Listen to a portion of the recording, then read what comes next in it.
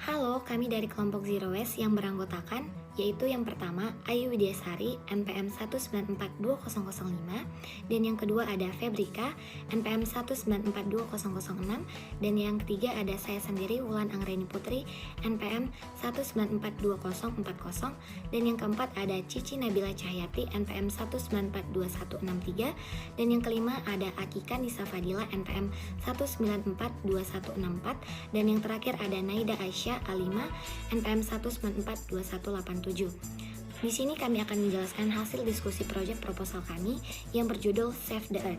Di sini saya akan menjelaskan Project Integration Management. Dalam melakukan implementasi proyek yang berjudul Save the Earth, sangat diperlukan planning yang sangat matang untuk menjalankan proyek ini, di mana kelompok kami yaitu Zero Waste melakukan meeting pertama untuk membahas perencanaan konsep proyek tersebut, serta mencari sumber informasi sebagai penunjang kelangsungan proyek Save the Earth. Meeting awal ini dilaksanakan sebelum pengimplementasian yang bertujuan agar kegiatan yang dilakukan sesuai dengan planning yang telah kami rencanakan. Adapun hasil meeting awal beserta tabel anggota yaitu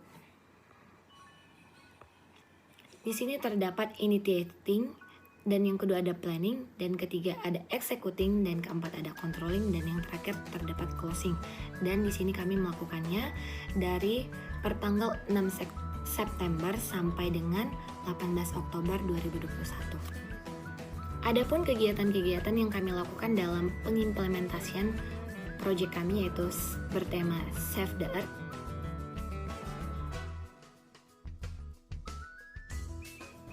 Selanjutnya di sini saya akan membahas mengenai project schedule management yang terbagi menjadi dua, yaitu planning komponen dan control komponen.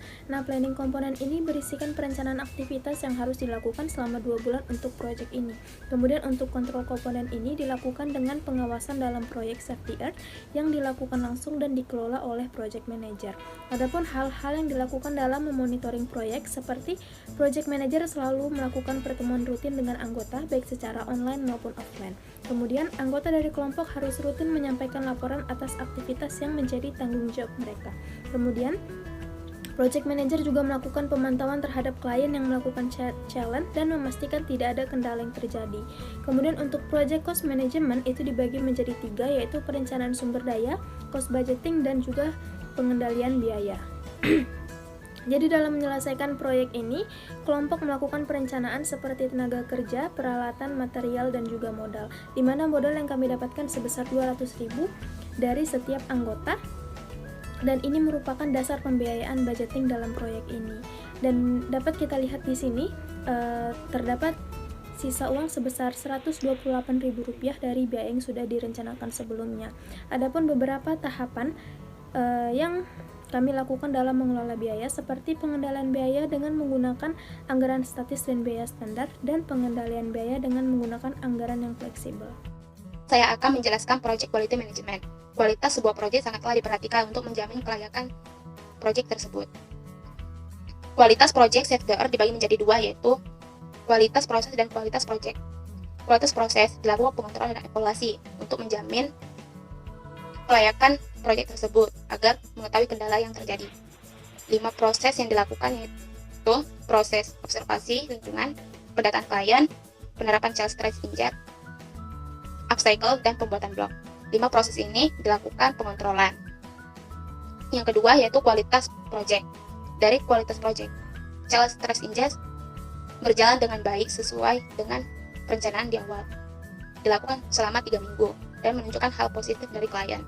Yang kedua, upcycle. Upcycle dilakukan dengan baik dan menghasilkan 2 jenis produk yaitu bunga dan box folder. Dan blok telah disiapkan di mana di dalamnya berupa tips mengurangi sampah dan upcycle dan cara-cara lainnya untuk mengurangi sampah. Selanjutnya, Project Human Resource Management. Menjalankan sebuah proyek agar mencapai tujuan membutuhkanlah sumber daya manusia yang berkontribusi dalam proyek tersebut. Proyek Save the Earth memiliki human resource 14.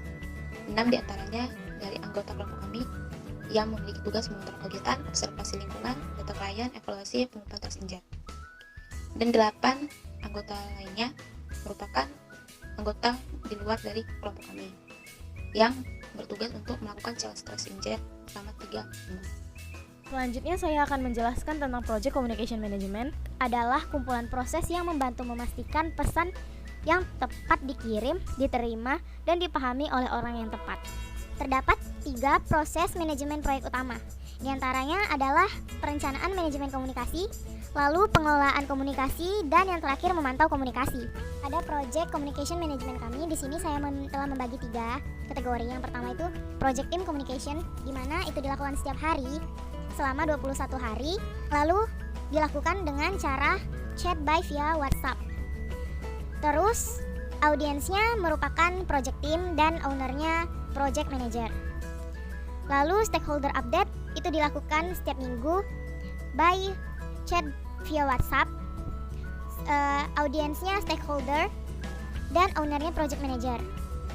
Yang ketiga itu ada board meeting. Itu dilakukan pada 3 minggu setelah project dimulai. Lalu metodenya itu adalah meeting. Setelah itu audiensnya merupakan project team dan ownernya adalah project manager. Project risk management atau manajemen resiko project adalah praktik identifikasi secara proaktif, menganalisis, dan menanggapi resiko proyek potensial.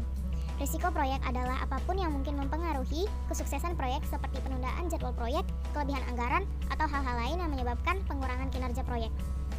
Dengan manajemen risiko yang efektif, kita dapat mengatasi risiko potensial yang mungkin muncul selama life cycle dari proyek dan mengurangi risiko tersebut sehingga proyek tetap berjalan dengan lancar.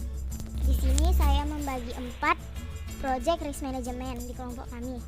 Yang pertama itu dalam pencarian partisipan. Ancamannya itu tidak ada partisipan. Lalu resikonya timeline project jadi diundur. Dampaknya itu tinggi. Lalu sampah melebihi jar sebelum 21 hari. Ancamannya itu sampah tidak berkurang. Lalu resikonya challenge tidak berjalan sesuai dengan rencana. Sedangkan dampaknya itu medium. Lalu jenis sampah yang beraneka ragam. Ancamannya terdapat sampah yang tidak dapat di upcycle. Resikonya sampah menumpuk, tujuan proyek tidak berhasil. Dampaknya tinggi. Lalu waktu pengerjaan proyek, itu ancamannya proyek selesai terlambat. Lalu resikonya keterlambatan hasil proyek dan dampaknya itu medium. Poin selanjutnya saya akan membahas tentang Project Procurement Management. Jadi sedikit penjelasan untuk Project Procurement Management ini merupakan sebuah layanan berupa jasa ataupun barang yang diperoleh dari pihak luar atau selain dari kelompok pelaksana. Nah, jadi dalam kasus proyek yang kami laksanakan, proyek ini bukan merupakan proyek yang kompleks sehingga tidak memerlukan adanya kontrak dengan vendor tertentu dan proses pengadaan proyek pun tergolong sederhana. Nah, jadi biaya-biaya yang kami keluarkan dalam pengadaan proyek ini adalah yang pertama yaitu untuk pembuatan blog dan logo. Kelompok kami sama sekali tidak mengeluarkan biaya apapun. Lalu untuk jar yang digunakan pada challenge, kami perlu membeli sekitar 8 buah jar dengan harga 8.000 per buahnya. Nah, jumlah ini sesuai dengan klien proyek yang kami miliki. Lalu pada tahap upcycling, kelompok kami perlu mengeluarkan biaya sebesar 14.000 untuk membeli peralatan yang digunakan untuk membuat sampah menjadi barang berguna. Nah, sedangkan bahan seperti sampah itu didapatkan dari sampah yang dikumpulkan pada challenge sebelumnya. Nah, lalu biaya yang terakhir adalah pengeluaran biaya operasional sebesar 50.000 untuk kebutuhan anggota selama pelaksanaan proyek. Nah, biaya ini contohnya tuh seperti biaya makan siang anggota kelompok pelaksana. Jadi total biaya yang kelompok kami keluarkan untuk pengadaan proyek ini adalah sebesar 128.000. Baik, selanjutnya saya akan menjelaskan Project Stakeholder Management. Yang pertama database identification stakeholders. Di sini ada 15 nama yang terlibat menjadi stakeholders di dalam proyek kami. Lalu sesuai dengan ada 2 pihak, ada pihak internal dan eksternal. Lalu ada project role-nya, ada project sponsor, project manager, team member, dan klien, dan profesi sesuai masing-masing. Lalu yang kedua database stakeholder register, di mana ini terdapat power interest dan current engagement. Nah, di sini rata-rata power interestnya high or high dan high or low, di mana high or high ini adalah manage costly, yang mana yang memiliki power dan interest yang tinggi, dan yang high or low ini adalah keep satisfied, yang mana memiliki power yang tinggi lalu interest yang rendah, dan current engagementnya ini terdapat sportif, leading, dan resistant. Dimana sportif ini adalah seseorang yang mengetahui dampak proyek dan potensi serta mendukung perubahan atas proyek yang dilakukan. Lalu ada leading. Leading ini adalah mengetahui dampak proyek dan potensi secara efektif, dan ia juga terlibat dalam memastikan proyeknya itu sukses. Dan yang terakhir yaitu resisten. Resisten ini adalah menyadari dampak proyek, potensi, dan tahan terhadap perubahan. Dan pihak yang terlibat ke dalam resisten ini adalah masyarakat sekitar yang mengikuti challenge meminimalisir sampah di dalam proyek kami ini. Dan sekian dari presentasi kelompok kami. Jika ada kesalahan kata mohon dimaafkan. Terima kasih.